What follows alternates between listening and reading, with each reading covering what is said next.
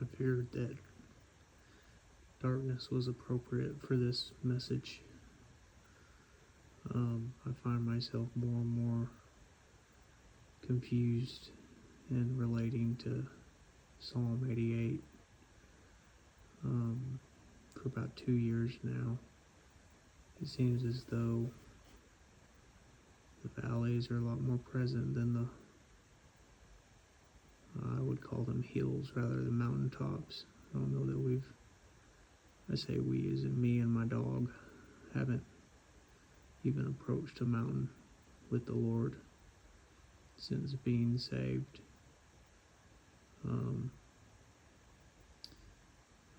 Can relate to Psalm 88 more and more.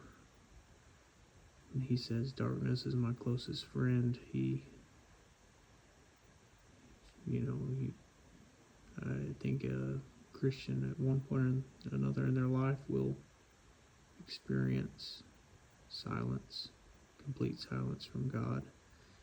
I mean, we've not experienced anything but silence. And each message from the Lord seems to be like a decoding, like I'm Nicolas Cage and National Treasure or whatever, trying to decipher some cryptic message, and then I'm left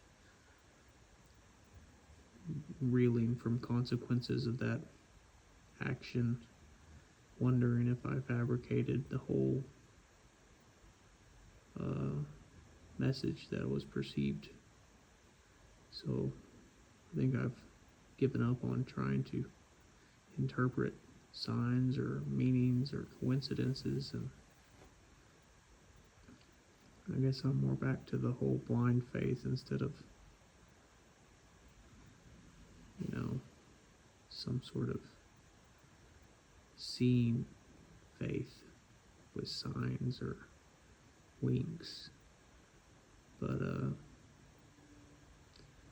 I'm sure it's all working together for my good, and one day I'll understand. But it may not be this side of eternity. That may just be the lot that we've been given. But I find in my current situation with the dog constantly being sick and her being the only thing that I have, and I'm forced to spend every penny I have and take care of her all the time. The only blessing is that we have money to where we don't have to worry just yet about financials, though it is getting to a point to where we are definitely needing to go back to work, and she'll be left here to fend on her own for half the day, which she's a dog. She's a tough girl. She can handle it. It amazes me how tough this dog is. I truly believe that she is my greatest blessing from the Lord, is this dog. And she's, any anxiety and stress comes from me. She'd be a wonderful dog if she had a household that wasn't torn apart and wasn't riddled with illnesses that I can't seem to handle on my own. And obviously you take things out on the ones you love, right? So she's it's just me and her, so she's the one who sees my emotions come alive. So it's not fair to her, but it is what it is. She's tough. She's tough as nails to handle me and to handle her illnesses. She hasn't been on a walk in 8 months, and that breaks my heart. But her feet are so messed up that she just can't walk. It just makes them worse. They get infected all over again. But anyway, enough with the woe is me. My earthly father tends to tell me that I'm a perpetual victim, and man, I don't want to be, but at the same time, the only peace in this world comes from sleep. And I think part of the psalmist saying darkness is his closest friend is sleep. I think it becomes more about how many hours out of the day can I sleep so that I can find peace because every waking moment is terror and problems and trials, and honestly, I think whenever I smoked dope, I was the happiest because I didn't even dream. You just slept. And, outside of, I don't know, I hate to rub that in the Lord's face like I miss the dope, but at the same time, it was the only joy. And, he took that, and, I guess I'm thankful for him helping me with that addiction, but at the same time, there was joy when you're stoned. You're having a good time, and when you sleep, you don't dream, so the devil can't get at you in the dreams, and all the dreams are just negative dreams all the time. But anyway, like I said, sleep is more peaceful than life, it seems. But I encourage you to not hide your emotions. I'm done hiding my emotions and my weaknesses. I'm not afraid to say that I can be of no encouragement to you, or I cannot love you the way Jesus wants us to, because I am,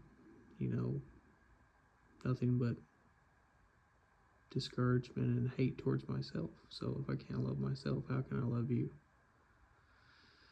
And I don't know where that puts me before him. I know that, for everyone who knows that Jesus Christ died for their sins and rose again for their justification, that we'll be saved. But I don't think that we'll ever enter that rest as long as we can't get it together while we're here on the earth. Of course, eternity's going to be light years better than this, but maybe one day someone will see this and be encouraged just to know that you're not the only one going through it, that for true Christians, you will suffer like Christ suffered. All that is very true. And I guess there's comfort in knowing that at least you're genuine, because you're miserable. And I'm sure Christ was miserable.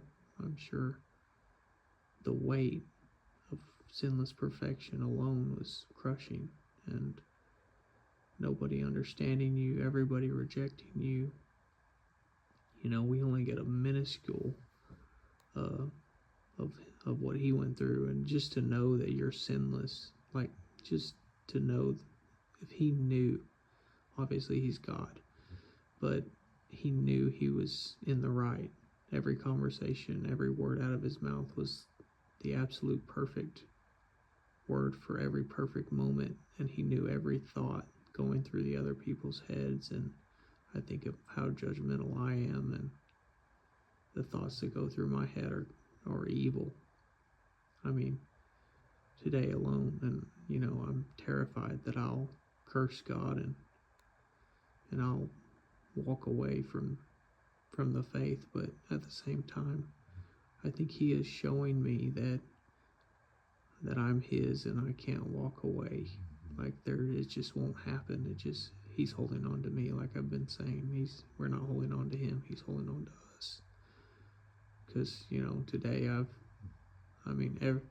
it's like every week, one of those days, I find a new low with the Lord, and I say things that I thought I'd never say, and I beg him to leave me alone and just give me some peace for the last days that I'm here. But on the other end, you pray for death and he doesn't grant it, so it must mean that there's a purpose for you to be here still. Because I think if he had accomplished, I say this thing that I heard it from somewhere, so I don't claim it, but I truly believe that we are immortal until he finishes his work with us, because he's God, so he knows what's going to happen in your life. But I just know that there's still, I guess I still have to be here for something, but I'm sure not happy about it.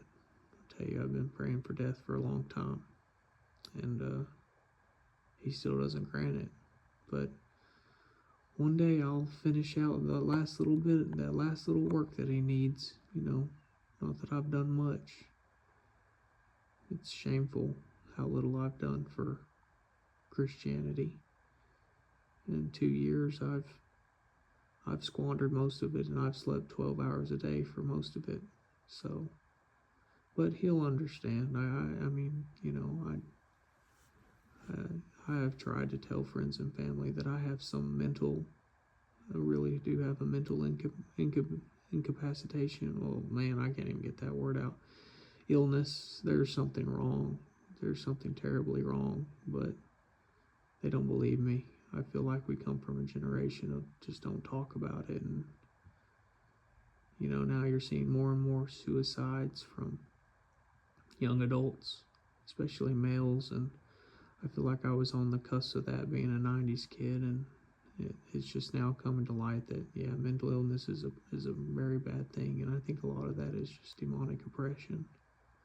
But I do believe that when this is over, that the Lord will tell me that, yeah, this is what was going on chemically, or yeah, all the drugs and the alcohol, it really messed up your brain, and I chose not to fix it. And not to mention the memory is completely gone.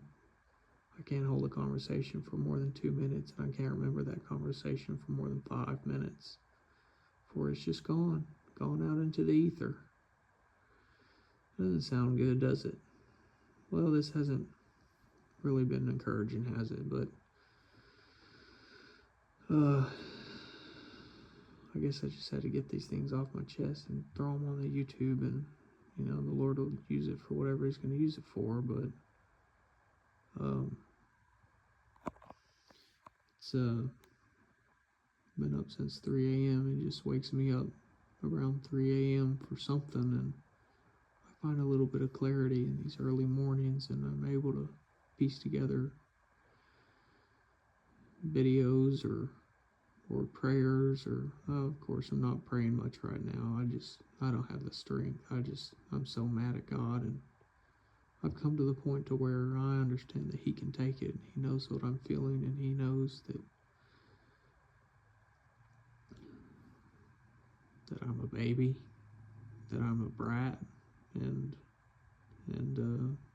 but He also loves me, so I'm just honest with Him now. I don't hold anything back. I tell Him how I really feel, and He already knows how I really feel, so I might as well be honest. And sometimes I feel, I don't know, like I'm making progress, and then it's 1 step forward and 2 steps back. It's always 1 step forward and 2 steps back. I will say though, I'm not scrupulous like I used to be about a year ago. No, even less than a year ago. I used to always fear that I wasn't saved, but I've seen too much, and I've had too much demonic attacks and sleep paralysis, and just the devil trying to get at me, and I don't know, God just kind of worked that out of me.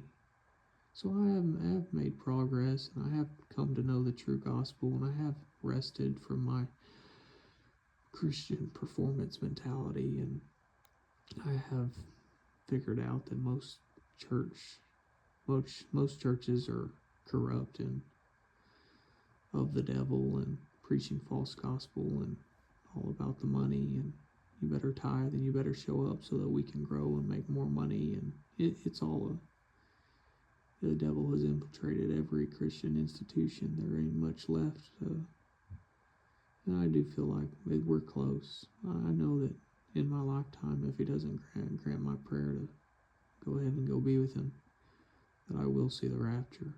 And I guess there's comfort in that, but most days, when you just got to live this out, it's just hard. It's just hard to be grateful. It's hard to find anything but misery. And everybody says, you need to humble yourself, and you deserve nothing but hell, and so you should be grateful that you're saved. And yeah, that's true. That's all true. But when you have to live out misery every day, you start saying things like, "I never asked to be born." You're like, I mean, I didn't ask for any of this. I may be a sinner turned saint, but I guess at the same time, I didn't ask to be born. It's like Ecclesiastes says that better is the one who's never born. Even Job says it. Many say it. I don't understand, but I don't understand why. I don't understand the minuscule of what God's doing. His intelligence is so above ours that I don't think we understand like we think we do. I don't think we understand 2% of that Bible the way we should. But one day it'll be clear, I guess. If you get any encouragement out of this, I would just encourage you to read the Psalms. If you're going through it, just read the Psalms and think of what they're going through, and think of how that Bible is like reading your emotions on paper. It truly is, and you think that this truly is the living word. This is truly God breathed, and there's something about the word that is truly, it gets you, and so, there's comfort in that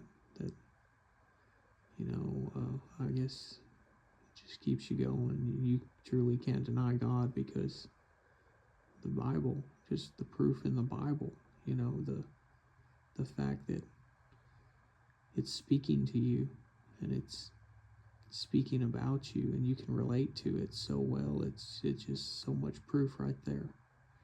Even if you don't believe in the miracles, you can believe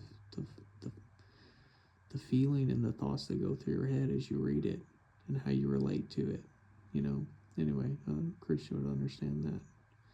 I hope that if you don't understand that you would, I guess, ask for wisdom and ask for revelation. Although I ask for those things all the time, and I feel like I get dumber as the days go on. But anyway, like I said, I guess he's holding on to us. But oh man. Well, this is 17 minutes of woe is me, but I hope you don't interpret it that way. I just want people to interpret it like there's true believers are suffering. You're just suffering. I think that's the point, is that this is the furthest you'll ever be from heaven. Whereas a sinner, someone who's not saved, this is the closest they'll ever be to heaven. So maybe they'll have a good life here, and that's part of the God's mercy to them. And he knows that they're not going to be saved, and so he gives them the best life he can here. Even though they reject him, he still gives them the best life they can have before they have to go to the lake of fire, which, I mean, that's a loving God right there. And I just can't bring myself to just love him like he deserves. It breaks my heart that I want to be grateful, but at the same time, I'm fucking miserable. So it's a struggle. It's a struggle, and I think that's part of why the isolation has been so long.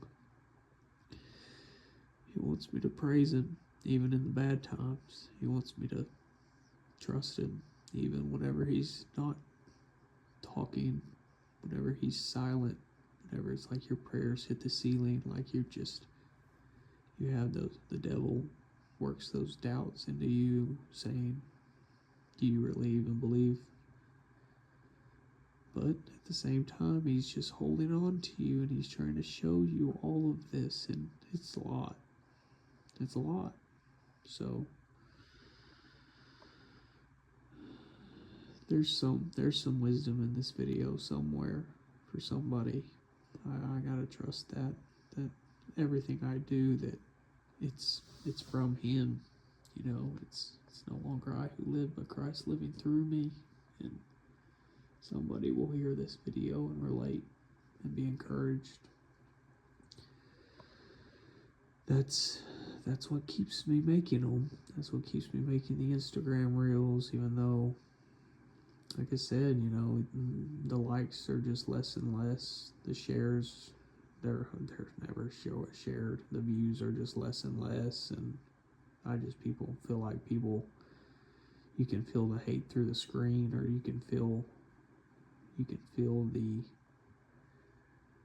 the people calling you a phony through the screen, stuff like that, right? It's just, I don't know, it's just a part of it, I guess. But they hated Christ, so they hate you too. You know, I just experienced every bit of the negativity of the Bible, and I can tell you, it just drains you. It's just emotionally draining, and I guess it's all temporary. I try to tell myself that. Just hang in there. Just keep going. Just hang in there. So if you're going through something similar, you know, to Psalm 88, just, I guess all we can do is keep going. Like, it's like, what else can I do? You know, like Peter said, where would we go? You have the words of life. And it's like, you feel like that. You're like, well, I can't really go back to the secular world. I don't know what else to do with myself, you know. It's like, because I know the answers are with God, you know. What else can you do? But you just keep going, you know. So just hang in there, you know. I'm trying to love you, so I'd say I love you, but I'm trying to love you. Yeah, I definitely love you more than I love myself. But God bless you, and Jesus keep you. He will. He'll keep us all. All right. Take care. I'll see you in the air. See you in eternity. I'll see you when I see you.